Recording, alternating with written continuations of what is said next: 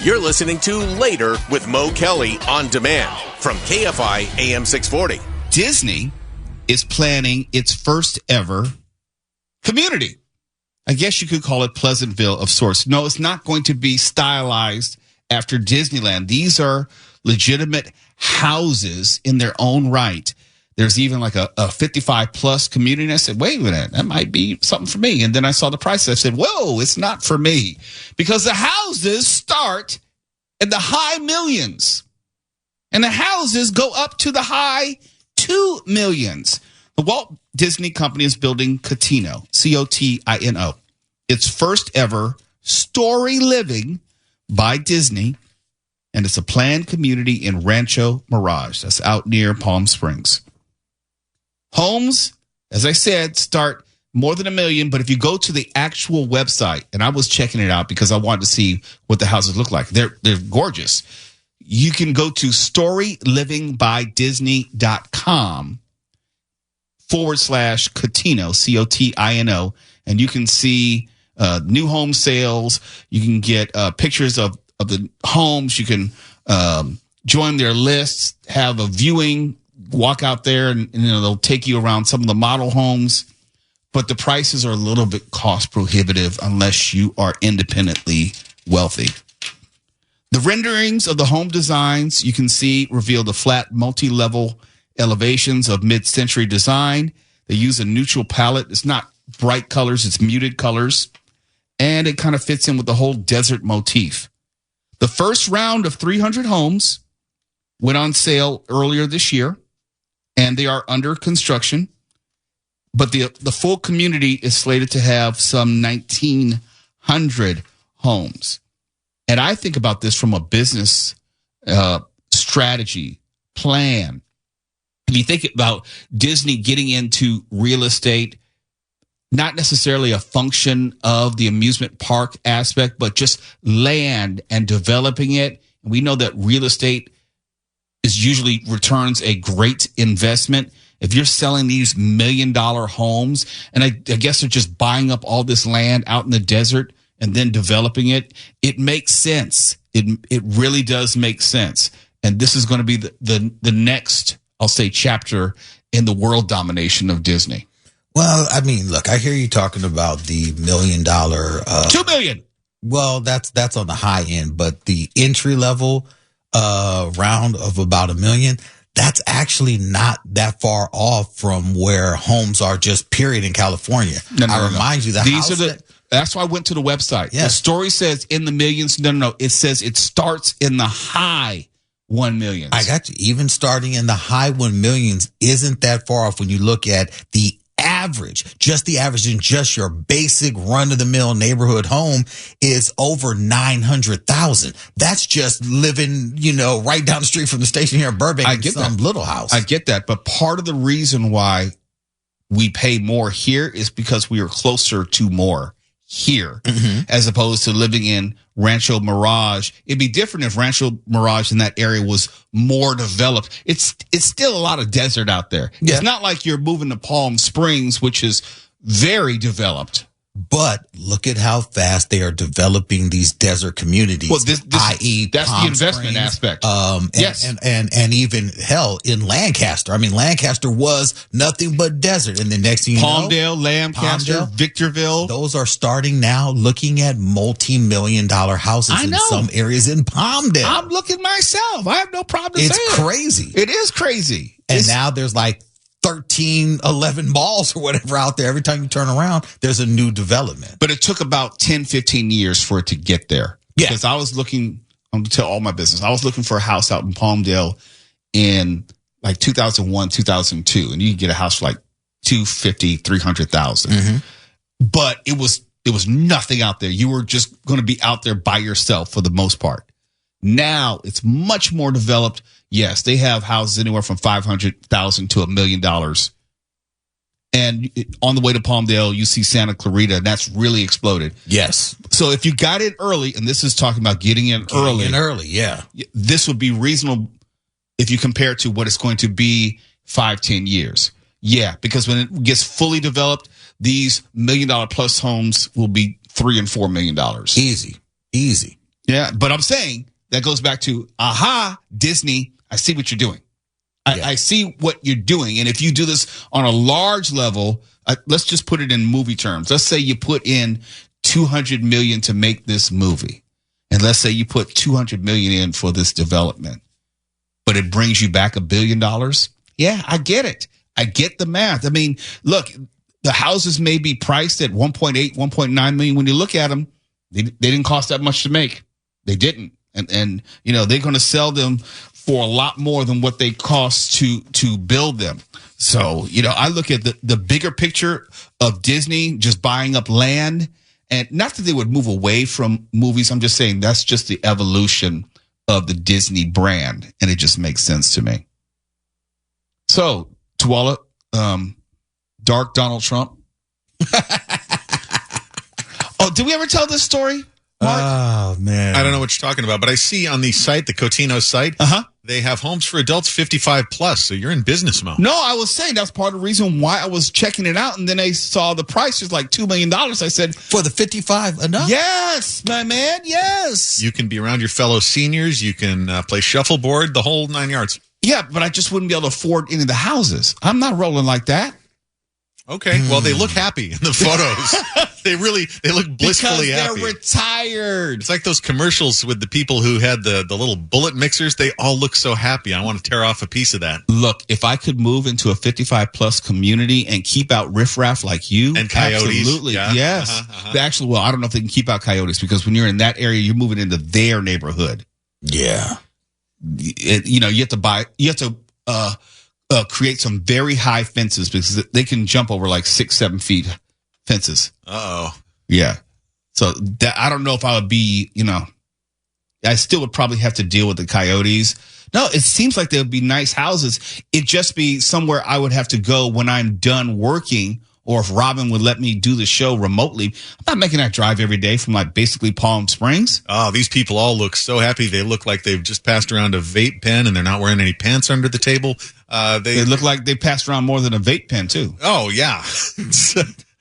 I can't believe you don't want to be a part of this lifestyle. I do. I just can't afford it. Well, if you can't afford it, I can't afford it. No, they're not marketing to me. I'm just talking about it from a business standpoint. But what's the dark Trump story? Okay, Tuala, once upon a time, had 455 properties. Yeah. It wasn't that close, but it was a lot, unfortunately. It all led to bankruptcy. Yep. But I do want to reach out to my guy and say, hey, like, it's about that time again. Cotino, is there any way we can finagle something? I'm sure he'll look at me and say, T, not again. Look, going back to then when they had those loans where you could do just about anything. If you had a nickel and dime and a dream, you could get a loan. It might have been an ARM and adjustable rate mortgage with a hell of a balloon payment, but you could get a mortgage on just about any house. Key word that's missing there, subprime. Okay, subprime. Yeah. Oh, man. A lot has changed since 2008, let me tell you. Now they're like requiring 20% down and everything. Like, what the hell is that? That's so unfair. So unfair. What happened to like 1% down and like no proof of income? Oh, boy. The good old days. This is Later with Mo Kelly. KFI AM 640 live everywhere on the iHeartRadio app. And we have an Elon Musk update when we come back in X and advertisers in San Francisco and Twitter and all that kind of stuff. You're listening to Later with Mo Kelly on demand from KFI AM 640. We have an Elon Musk update. Do you remember last year when Elon Musk was being interviewed by a person from the Washington Post as part of some forum? I can't remember the name of it. But he was asked about advertisers leaving the platform. And Elon Musk took that opportunity to tell everyone to go F themselves. Online, there was all of the criticism. There was advertisers leaving. We talked to Bob Iger today. I hope they stop. You hope. Hear that? Did you hear that? He says, I hope they stop. That's real important. Listen to that again. Online, there was all of the criticism. There was advertisers leaving. We talked to Bob Iger today. I hope they stop. You hope. Don't advertise. You don't want to advertise? No. What do you mean? If somebody's going to try to blackmail me with advertising, blackmail me with money, go f*** yourself. I remember him saying that. But go f*** yourself. Okay, that's real important because today, Elon Musk is suing those very same advertisers, saying that they've allegedly colluded to boycott his social media platform X. He said, don't advertise. He said, go F yourself. And now he's suing, alleging collusion. Now, no one can stop you from suing. I can sue Mark for anything. Now, it may not be heard on the merits. It could be tossed out.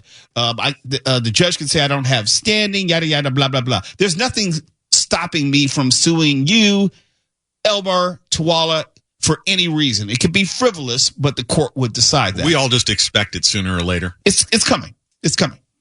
But Elon Musk is trying to sue the very advertisers who he said to go F themselves. He said, don't advertise. I played the audio for you. But in the lawsuit, it says, quote, defendants conspired along with dozens of non-defendant co-conspirators to collectively withhold billions of dollars in advertising revenue from Twitter, now X. Online, there was all of the criticism. There was advertisers leaving. We talked to Bob Iger today. I hope they stop. I hope they stop. But it goes on. Concerned that Twitter might deviate from certain brand safety standards from advertising on social media platforms set through GARM, which is a global alliance of responsible media, the conspirators collectively acted to enforce Twitter's adherence to those standards through the boycott, close quote. Let me just make it real plain. Let's say that audio didn't exist. And let's say advertisers, either individually or collectively, felt that Twitter, as it was called then, was incongruous with their brand. It was not a good look for United Airlines or the Washington Post. I would say the anti-Semitism, the racism, the sexism, all the isms which were on prominent display were not good as far as brand association. What forces a business to advertise with someone? Let me put it another way. Elon Musk has said that he's moving the same company, X/Twitter, out of San Francisco. What if businesses, let's say the state of California, said, wait a minute, why are you leaving California? Why are you taking that opportunity away from California? And if California were to sue X would have to say, no, I'm not obligated to keep my business here in California. I'm not obligated to do anything which is going to lead to me paying taxes to the state of California. That's not my job. That's not my goal. It's the exact same thing.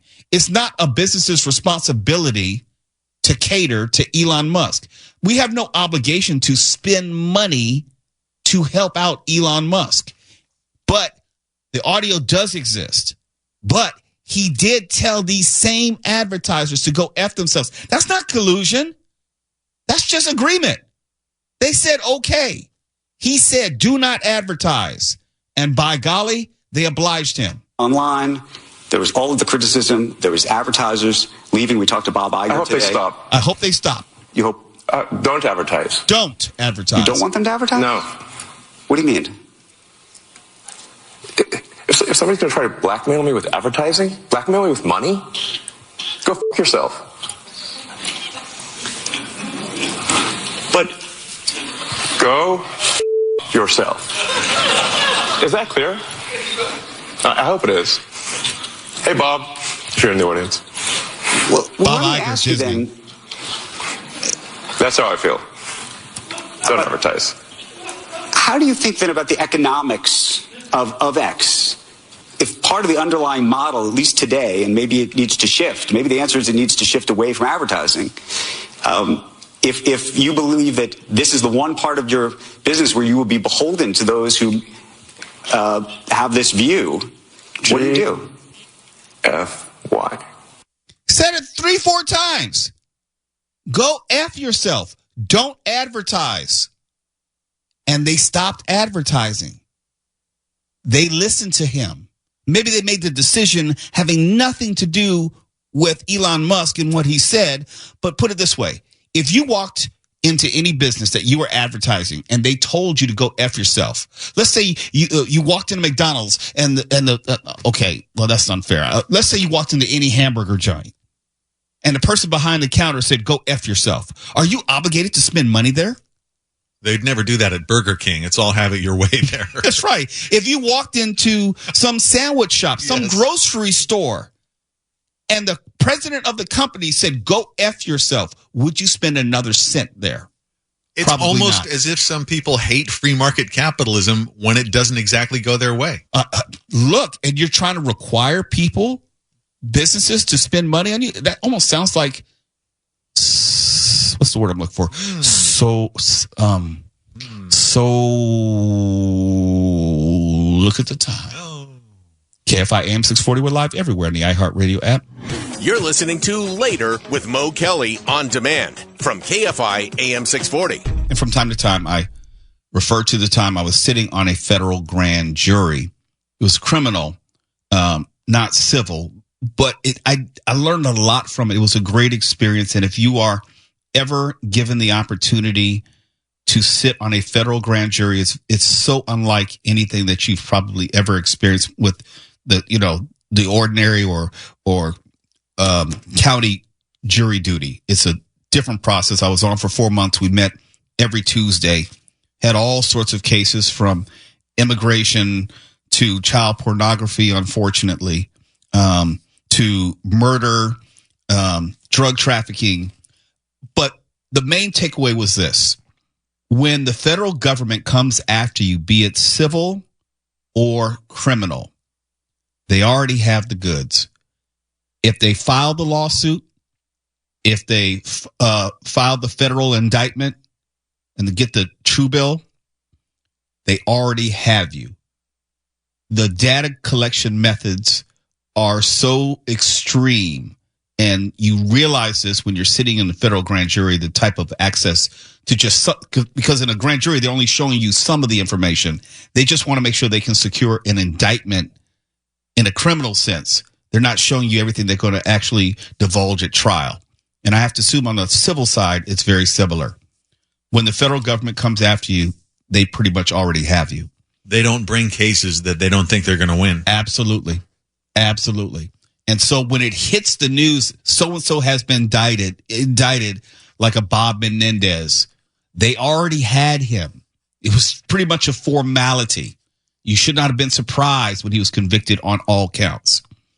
And I say that because when the Department of Justice is suing TikTok, accusing the company of illegally collecting children's data, they already have the data. They already have the proof. Just know that. And the complaint was filed together with the FTC, Federal Trade Commission, in a California federal court, probably the same court I was in, the Central District of California. And the lawsuit focuses on allegations that TikTok and ByteDance, its parent company, violated federal law that requires kid-oriented apps and websites to get parental consent before, that's the key point, before collecting personal information of children under 13. The lawsuit also says that the companies failed to honor requests from parents who wanted their children's accounts deleted and chose not to delete accounts even when the firms knew they belonged to kids under 13. I say all that to say the federal government already has the evidence. And again, it's not criminal, but in a civil sense, it's preponderance of evidence. It's not proof beyond a reasonable doubt. We're talking like 51 to 49, preponderance of evidence.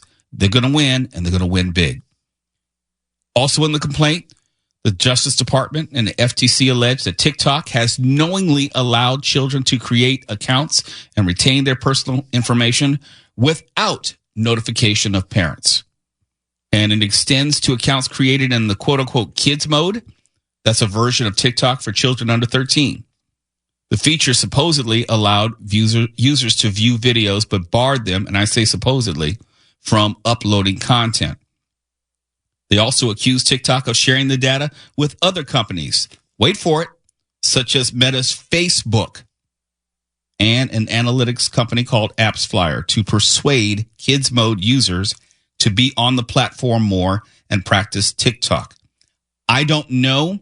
Well, put it this way. I do know that Facebook has not been named in this lawsuit, but I don't know if they might be named in a future lawsuit for how they got this information, which was illegal in nature. But there's more. The complaint says TikTok also allowed children to create accounts without having to provide their age or obtain parental consent by using credentials from third-party services. Like, have you ever, I'm trying to think. Let's say you wanted to go to MTV.com and you saw this cool article, whatever, and or a video, and you wanted to share that to TikTok and post it on TikTok. That's a perfect example of a third party. And you can get permission for that third party app to post that content on your behalf. And the complaint is saying TikTok allowed this to go on with impunity, even though they did not get the age of the child who was allowing the access of the third party service. When it hits the news like this and the complaint is filed, you can best be sure they already have all the evidence they need, and it's a fait accompli. How much money that TikTok is probably going to have to pay in light of this lawsuit, I don't know, but it should be staggering when all is said and done. It's later with Mo Kelly. The hour's almost up, so you know what that means. There must be some Australian Pink Floyd tickets just around the corner, and you would be right. That's next segment. You're listening to Later with Mo Kelly on demand from KFI AM 640. Maybe you are a Pink Floyd fan. Maybe you've been jonesing for some Pink Floyd since the band has disbanded. It hasn't been together for, I don't know, some 15 years or so, give or take a few years. Maybe you're missing some vintage Pink Floyd in your life and you don't know where to turn other than the albums you have at home. Maybe you want to hear something like The Dark Side of the Moon, Wish You Were Here, Animals, of course, The Wall. Maybe you want to relive some of the greatness of Pink Floyd and you don't know what to do or how to go about it. Well, I have a solution for you, at least for one night. Australian Pink Floyd, they've sold over 5 million tickets, performing as one of the most venerable tribute bands in the world, Pink Floyd, who has sold over 250 million records. The Times newspaper in London described Australian Pink Floyd as the gold standard. And coming up on August 14th at the Orpheum Theater right here in Los Angeles, they will be performing, Australian Pink Floyd will be performing. And I told you last night, we will be giving away a pair of tickets, 2 pairs of tickets each night of the week. Last night, we gave away 2 pairs of tickets. Tonight, we're going to be giving away 2 pairs of tickets. Wednesday, Thursday, and Friday, say it with me, 2 pairs of tickets. All I need you to do right now is be a loyal and professed Pink Floyd fan. How you go crazy over the opportunity to see Australian Pink Floyd. And if you just check out some of their music online, close your eyes, they sound just about exactly like Pink Floyd. So you're not going to get much closer than this. I think, Elmer, we need to open up the phone lines right now. It's about that time. We need to give away 2 pairs of Pink Floyd tickets. Let's give it to caller number 9 and 11. Caller number 9, let's X out because these people are calling in early. There are no cheaters allowed tonight. Caller number 9, caller number 11, the tickets are yours. And I have to ask you, Mark Ronner, as a music critic, I don't need to introduce Pink Floyd to you, but I do wonder, did you ever have an opportunity to maybe interview Roger Waters or someone? No, and I've never seen him live in concert either, but I love Pink Floyd. And you were talking about this last night, and you actually caused me to reach out to the friend in high school who introduced me to Pink Floyd on a Walkman on our way home at night on the wrestling bus. Really? All because you started talking about this. One of my favorite memories of all time. It's weird because any music fan that I know, especially if you're a fan of rock or psychedelic rock, you know Pink Floyd, and you probably remember the first time you heard Pink Floyd. It blew my mind. It was transcendent. I'm not exaggerating. No, this is not for effect or hyperbole. This is all real. This is very true. It's very genuine. Some of my earliest personal music memories are connected to Pink Floyd. Yeah, and you got to remember how ancient we are. People didn't have earbuds every place back then, and I think Walkman were fairly new. Of course, I was poor white trash, and I didn't have anything like that. So the friend who let me put his on, it really was an eye-opening experience. Well, I am actually very jealous. I look at the phone lines. They've just exploded with people calling for these tickets to see Australian Pink Floyd at the Orpheum on August 14th.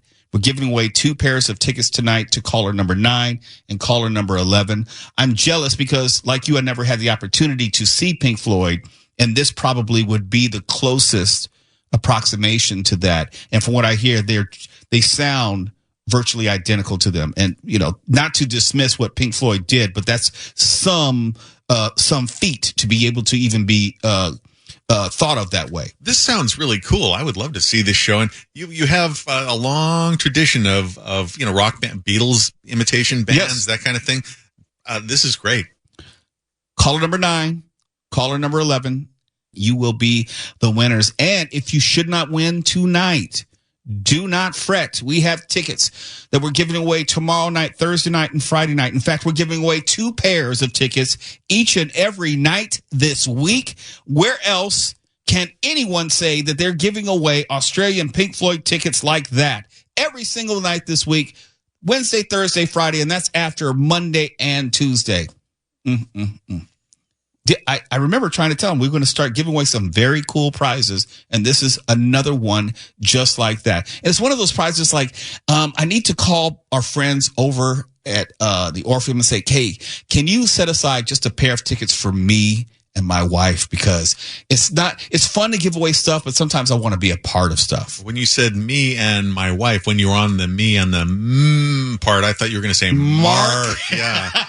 Thanks a lot. Thanks for nothing. Well, you were talking smack earlier in the show, so you know. No, that couldn't have been me. That was Tuala. I remember you were trying to get rim shots. Not definitely Tuala. I don't recall any of that. Caller number 9, caller number 11.